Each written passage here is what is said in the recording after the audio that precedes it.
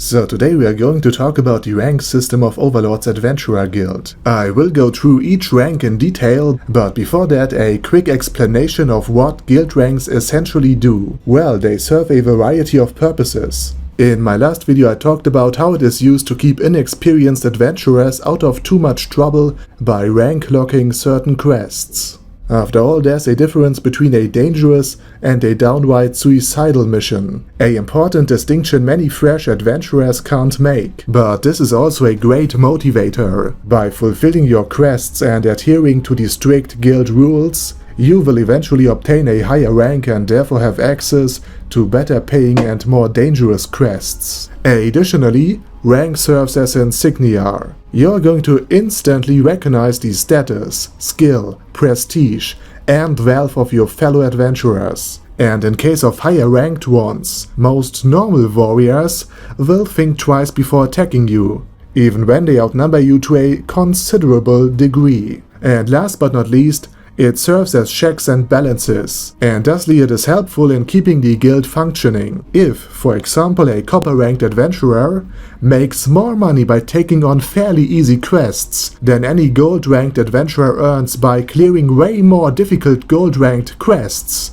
it's usually due to incompetence or downright corruption.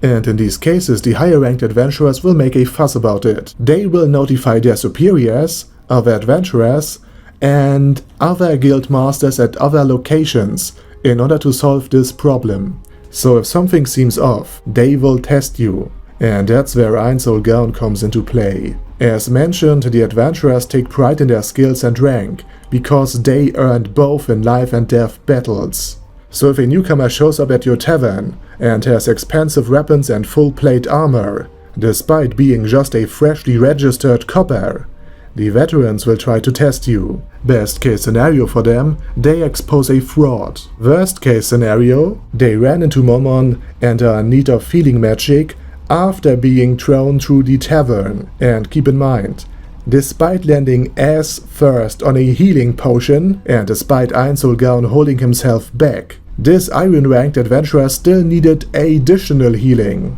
But I'm getting ahead of myself. So let me break down the general implication of each guild rank in greater detail. And we are going to start with Copper. This is the lowest rank. Coppers usually operate in freshly formed teams of varying size. It is literally just quantity over quality. They will be able to take on only the most basic of quests. The quote-unquote teams are also quite random, unproven, incohesive and prone to many avoidable mistakes due to a lack of experience and coordination. How do you set a proper perimeter? Coppers wouldn't know. Why it's oftentimes a bad idea to fire straight into melee? Coppers wouldn't know. How frequently should you take a redstone to your blade? Coppers wouldn't know.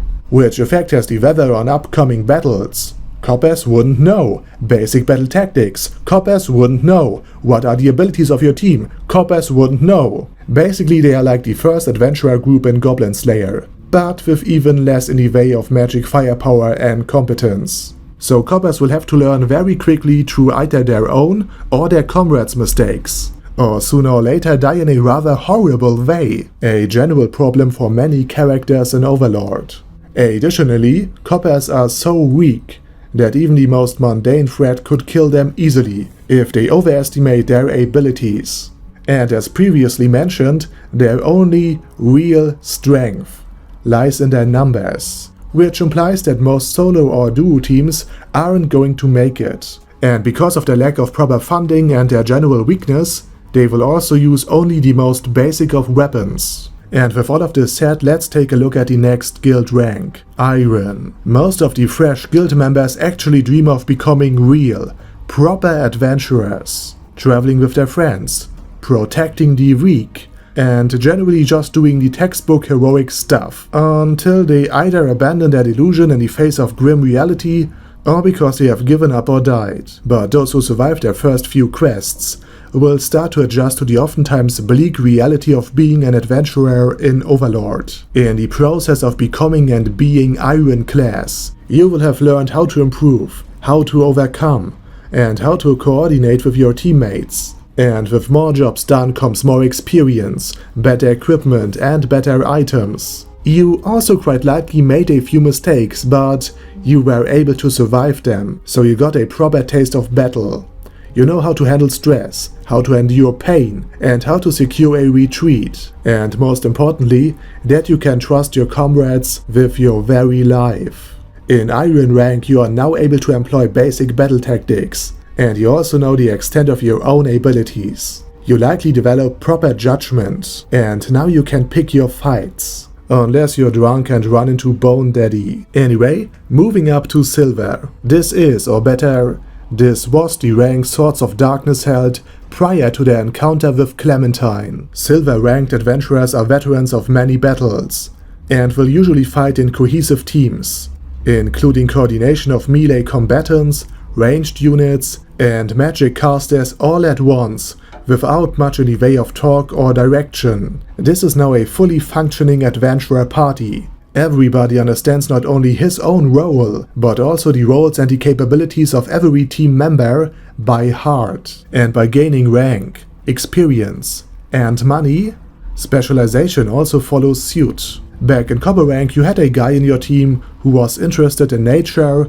wildlife, and weather. And he's now not only incredibly annoying, but also your ranger, and therefore able to read tracks, spot incoming beasts, and guide your group through pretty much any normal terrain. Also, your casters will have specialized in certain types of magic, focusing on healing magic or the arcane variant, and you really want both types. Also, your frontline fighters will usually know what the monster in front of you is capable of, how to strike it, how to avoid being stricken, and how to exploit its weaknesses. And your team leader now knows how to keep each and everybody of you safe, sound, and focused on the same goal. At this point, you will not only come to terms with how the guild works, you will also have formulated specific goals for your group, something to aspire to. Swords of Darkness, for example, was founded on the very belief that they someday would obtain the 4 legendary swords. Most teams usually have something to direct and, if necessary,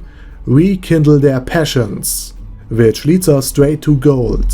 The highest rank any human without a nerd talent can obtain. This is the extent of the power of love and friendship in Overlord. This is what you can achieve by merit alone. You will be able to have some more advanced spells or a few select martial arts. But after that, your growth will essentially come to a complete halt. And this usually hits kinda hard. You have to be born for this profession if you want to advance further.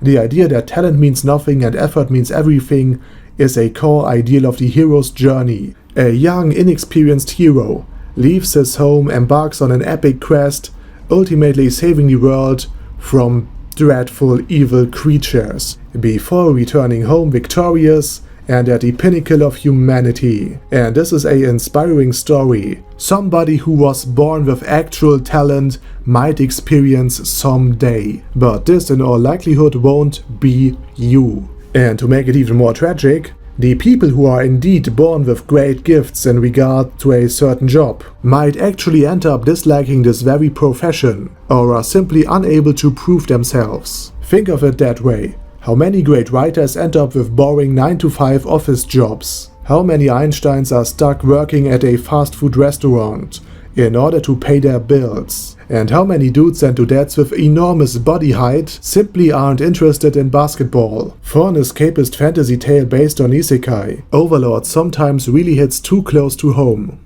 There's likely one task, one specific field of expertise we all have a genuine talent for. But in every other sport, in every other job, in every other way, we are all just climb. And with this rather sad ending, I will call it a day. In the next part we will discuss the truly superhuman levels of ranks, and some of those who can earn it by merit, because they were born to earn it by merit. Over and out.